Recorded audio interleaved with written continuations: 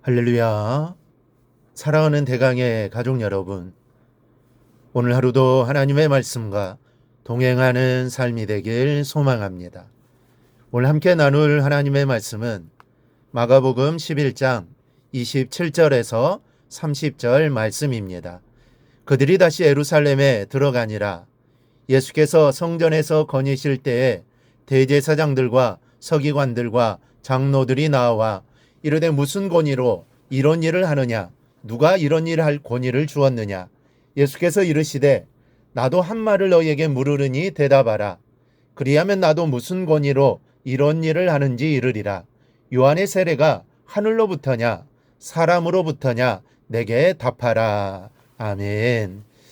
오늘 말씀을 보면 이제 험악해지는 주변 분위기를 느낄 수 있습니다.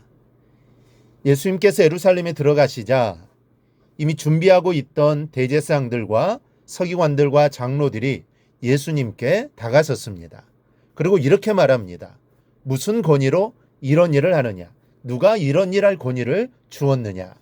주님이 지금까지 행하셨던 모든 일들을 누가 권위를 주어서 했느냐라는 겁니다.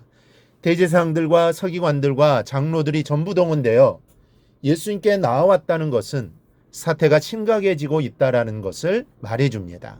전에는 이들이 예수님을 트집 잡기 위해 앞잡이들을 보내긴 했어도 이렇게 총동원되어 직접 예수님을 찾아온 것은 처음 있는 일입니다. 이제 탐색전은 끝났습니다. 그리고 이 전면전이 시작된 것이죠. 그런데 예수님이 무슨 일을 하셨기에 대제사장들과 장로들과 서기관들이 예수님을 질책하듯 이런 말을 하고 있는 걸까요? 이것은 전날 예수님께서 성전에서 장사하는 이들을 내어 쫓으신 일을 두고 하는 말입니다. 도대체 네가 무엇이기에 성전 안으로 들어와서 우리들의 특권을 무시하고 네 마음대로 하느냐는 불쾌감의 표시입니다. 따라서 이 질문은 예수님을 공경에 빠뜨려서 자기들 마음대로 예수님을 치리하겠다라는 의도적인 물음입니다. 때문에 이렇게 대답해도 올무에 걸리고 저렇게 답변해도 낚시에 꿰이는 그런 질문입니다. 정확하게 말하면 질문이 아니라 함정입니다. 이 질문에 예수님이 자기 자신의 권세로 성전을 깨끗이 했다라고 대답하면 정신질환자가 되는 겁니다. 그리고 내가 하나님이냐고 예수님을 과대망상증 환자로 잡아들였을 겁니다. 또 예수님이 하나님의 권세를 가지고 그리했다라고 답변하셔도 이 사람들은 하나님은 결코 당신의 집인 성전뜰에서 소란을 피울 권세를 그 누구에게도 주시지 않았다고 하면서 예수님을 하나님 모독죄로 잡아들이려고 했을 것입니다. 여러분, 여기서 우리는 많은 것을 생각해 보아야 합니다. 왜 하나님을 사랑한다고 스스로 자부하는 대제사장들과 서기관들과 장로들이 예수님과 적대 관계에 있으며 트집을 잡아 예수님을 죽이려 하고 있는가 하는 겁니다. 이것을 알아야 우리도 이런 실수를 저지르지 않을 수 있기 때문에 이 시간 두 가지를 함께 생각해 보려고 합니다. 먼저는 이들이 잘못된 주인의식을 갖고 있었기 때문입니다. 주인의식이라는 것은 모두를 이롭게 하는 아주 좋은 말입니다. 왜냐하면 주인의식이란 내가 일하고 있는 직장이나 또 내가 소속되어 있는 곳에서 실제적인 주인이 아닌데도 스스로 주인처럼 생각하고 하나하나 일들을 책임감 있게 처리하는 정신이 주인의식이기 때문입니다. 주인의식을 바르게 가지고 있는 사람은 인정을 받게 되고 그 앞길이 열리게 되어 있습니다.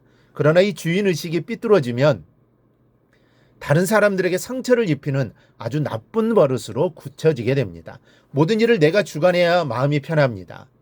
누군가 다른 사람이 내가 하던 일을 하면 내 고난을 빼앗긴 것처럼 생각하게 됩니다. 그래서 미워하게 되고 혹 나보다 더 잘하는 사람이 있으면 원수를 사무려 하게 됩니다. 이런 그릇된 주인의식은 욕심으로부터 시작됩니다. 내가 누리던 특권을 빼앗기게 되면 그 사람을 해코지해서라도 내 것을 지키려는 마음을 갖게 되는 겁니다. 이들이 바로 그런 경우입니다.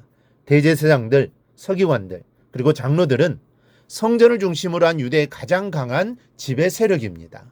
그래서 이들은 성전을 중심으로 한 모든 특권을 함께 나누어 가졌습니다.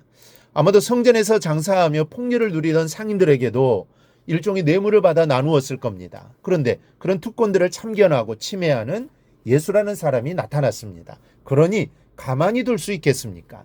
이런 잘못된 주인의식이 메시아로 오신 주님을 몰라보았고 주님을 핍박했던 겁니다. 우리에게는 이러한 어리석음이 없기를 바랍니다. 주님이 누구신지 정확히 알고 오직 그분만을 섬기는 우리 모두가 되기를 바랍니다. 따라서 주인의식은 희생하는 마음에서 비롯되어야 한다라는 겁니다. 교회에서도 주인의식을 갖는 것은 좋은 일입니다. 그러나 경계해야 할 일은 내가 가지고 있는 주인의식이 욕심에서 비롯된 그릇된 주인의식이 아니라 희생에서 비롯된 참된 주인의식이 되어야 한다는 겁니다. 이것은 나를 고집하는 주인의식이 아닙니다. 다른 사람의 의견을 존중해주는 주인의식입니다. 내가 가진 특권을 고집하는 주인의식이 아닙니다. 다른 이들을 앞세우고 등을 밀어주는 주인의식입니다. 나를 낮추어주고 나를 희생하고 내 것을 깨쳐서 나누어주는 하나님 아버지의 마음을 닮아가는 주인의식입니다. 예수님께서 우리에게 이렇게 말씀하십니다. 너희 아버지의 자비로우심과 같이 너희도 자비로운 자가 되라. 다른 이들을 너그럽게 품는 하나님의 마음을 닮으라는 뜻입니다. 하나님은 지금도 당신의 마음을 닮기 위해 힘쓰는 이들을 찾으십니다. 그리고 그런 자녀들에게 귀한 사명들을 맡기기 원하십니다. 여러분, 주인의식을 가지고 살아가기를 축복합니다. 하나님의 마음을 닮은 희생의 주인의식으로 인정을 받고 또 세움을 받는 사람들이 되기를 바랍니다. 그리하여 주님의 기쁨이 되기를 주님의 이름으로 축원합니다. 오늘 묵상한 말씀을 굳게 잡고 삶으로 실천하며 살아내는 대강의 모든 성도들이 되기를 축복합니다.